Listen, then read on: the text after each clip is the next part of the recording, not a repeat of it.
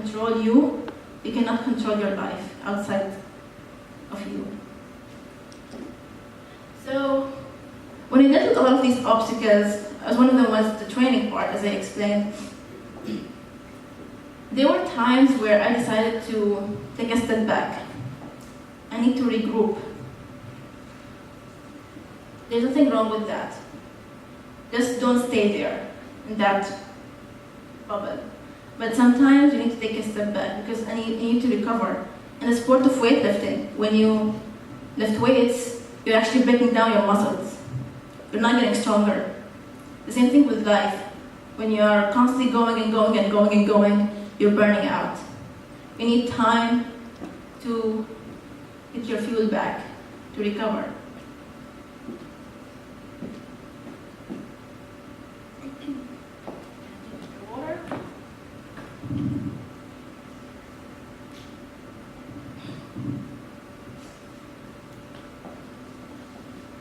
So persistence is very important.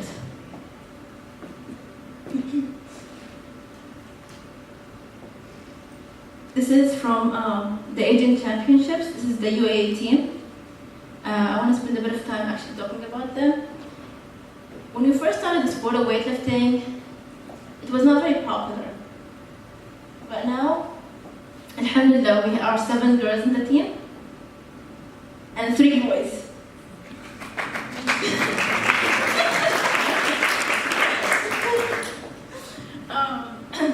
And as a women's team, we are probably very strong together. And it was such a beautiful experience. And now we actually have a new coach, and the coach is amazing. So if anyone's interested in weightlifting, just saying. So when we went to Uzbekistan, that's where the youth qualifiers took place. For me, just to compete next to the Chinese was like, whoa. Because the level of quality of their training, just as simple as their warm-up routines, you don't see anything like it. So just seeing what they're doing and learning from them to improve yourself is amazing. And alhamdulillah, we did the best that we can, and we all did what was required of us in the competition.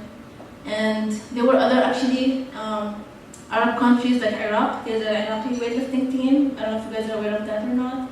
And it is amazing because this year there were at least 7 of us hijabi covered weightlifters. 4 years ago, hijab was not allowed in weightlifting. Do you guys know that or not?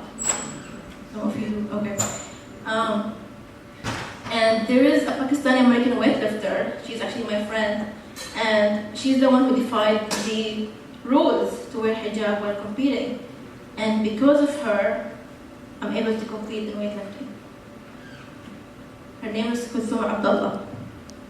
She's an amazing woman.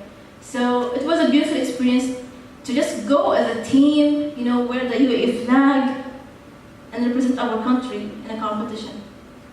It's beautiful. I feel proud that I am part of the UAE national team.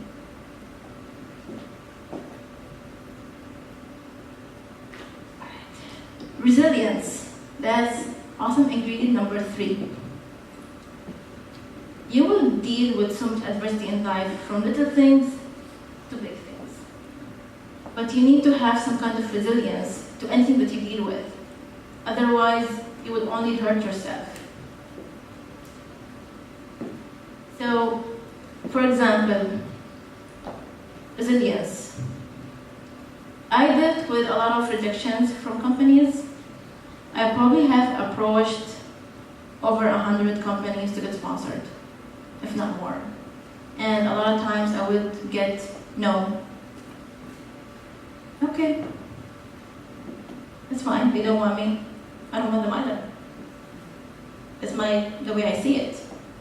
Then they're not the right partner for me. That's fine. Something better is going to come along. So with resilience, you need to be able to be flexible. If you cannot do something in a certain way, it's okay to do it in a different way. There were other companies that, did not want to sponsor me, but I stayed consistent with them. I approached them in a different manner. Like I say, and yes, I'm quoting myself again, they will always say no until you convince them otherwise.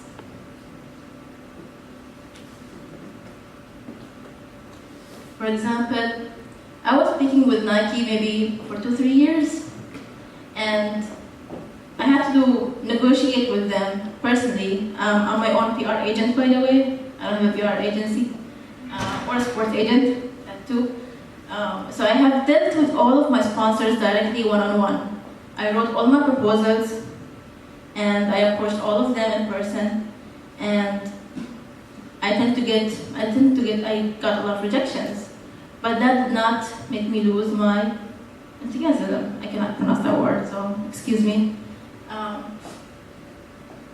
And because I know what I want, I was taking action toward it. I did not let their no's stop me from reaching to where I want to reach, from being where I want to be. So, some of my sponsors that I have right now are Pure Pharma, Complex, Goat Tape, and Nike. And an interesting story with a Goat Tape, all I did was something very simple. I sent them a message on their website about who I am and what I'm doing. They respond to me in 48 hours. Amna, sure, we would love to have you as our athlete. That's all that it takes sometimes. A simple question. If you never ask, the answer will always be no. You will never know what other opportunities that you have. And even if you do get that no, the more no's you get, the closer you will be to a yes. That's the one thing that I learned. So a no does not necessarily mean that it's the end of the way or end of the road for you. So one of the things I dealt with and is finding sponsors, to be honest with you, in my journey. I understand in the Arab world it's not very common to have female weightlifters. So a lot of the support that I received has been from international companies. And I have gotten support from some local companies on and off. And that did not bother me so much, but I had to learn how to fund myself in the last 4 years without a job because I do not work. My job is being an athlete. And there's still some challenges in terms of sports structure in the country, in terms of getting, the athletes getting paid. Is there a salary or no salary? And if they get paid, it's only if they win medals or not. So it has been an interesting 4 years. Do you guys have any questions for me by any chance? Yes. So you were talking about, especially when you were talking about the team, that there was no sports education, right? So what would you give as a message to anyone who's participating in a sport or working in a team and is the leader of the team, right? You might be the most knowledgeable person in the world and have many titles, right? But what would be your message to encourage and keep going the team so everyone is happy? You mean in terms of the team as a team? Yeah, I mean to the leader of the team. In this case, your trainer. Yes. The leader has to be very politically correct when he deals with the team because he will be dealing with many different personalities. And he needs to know and understand what works for each of these athletes because not everyone's going to get along in a team. People will have different personalities. Maybe there's two people who want to be leaders, but one of them is more, stronger than the other, or somebody, one wants to be the only leader in the team. And my advice is understand that everyone is different and learn to accept people's differences because not everyone's gonna think like you, feel like you, or be like you. Does that answer your question? All right.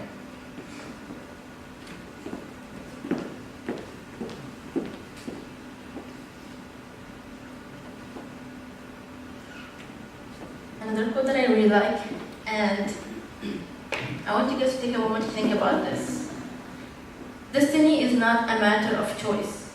It is not a thing to be waited for. It is a thing to be achieved. which means that whatever you're meant to do in life is there for you to grab it. So go and grab it. Don't wait for it to come to you.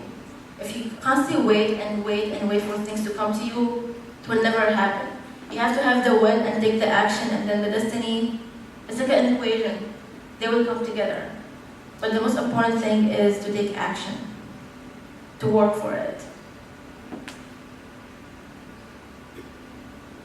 I can't really discuss that, but that's never giving up when I wanted to. That's one of the things that I cannot tell you honestly how many times I thought about giving up. Even at the competition that we just went to, there was a point where I was like, my back cannot handle this. My back cannot handle this. But I told myself, it's 10 more days of your life, Amna. That's all there was to it. 10 more days. So that's what kept me going, is the fact that I have trained really hard for this, and even though my back was killing me at the training, at the competition, and there were points where at night where I was crying because I'm in pain. And I really did want to walk away, but then I did not work so hard to walk away right now at the finish line.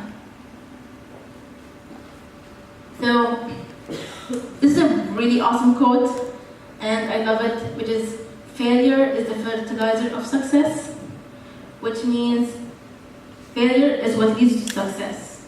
It will feed success. So don't be afraid when you deal with failure, because it's what's going to take you to the next step.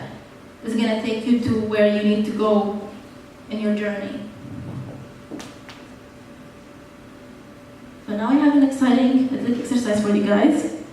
And there's some papers here. I'm not going to explain, but I need someone to help me with the papers and pens.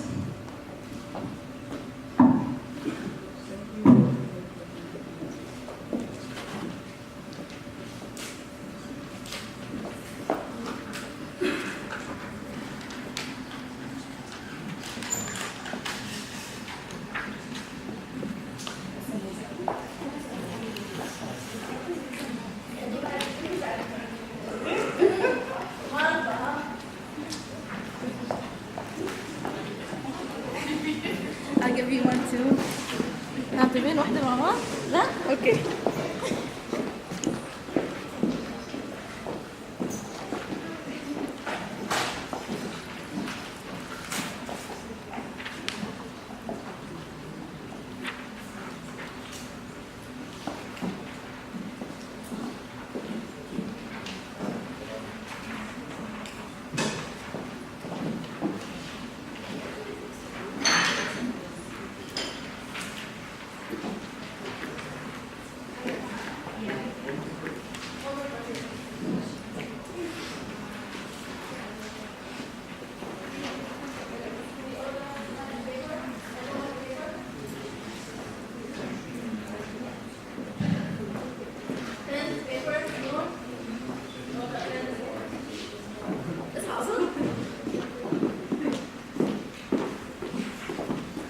I'm going to exercise with you guys too.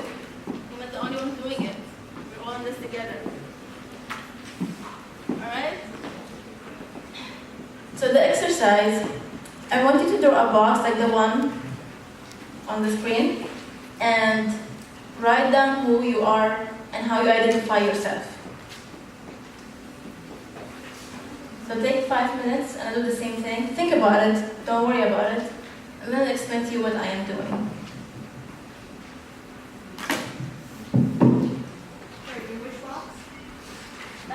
All of these boxes. Everything about it. Yeah, just instead of the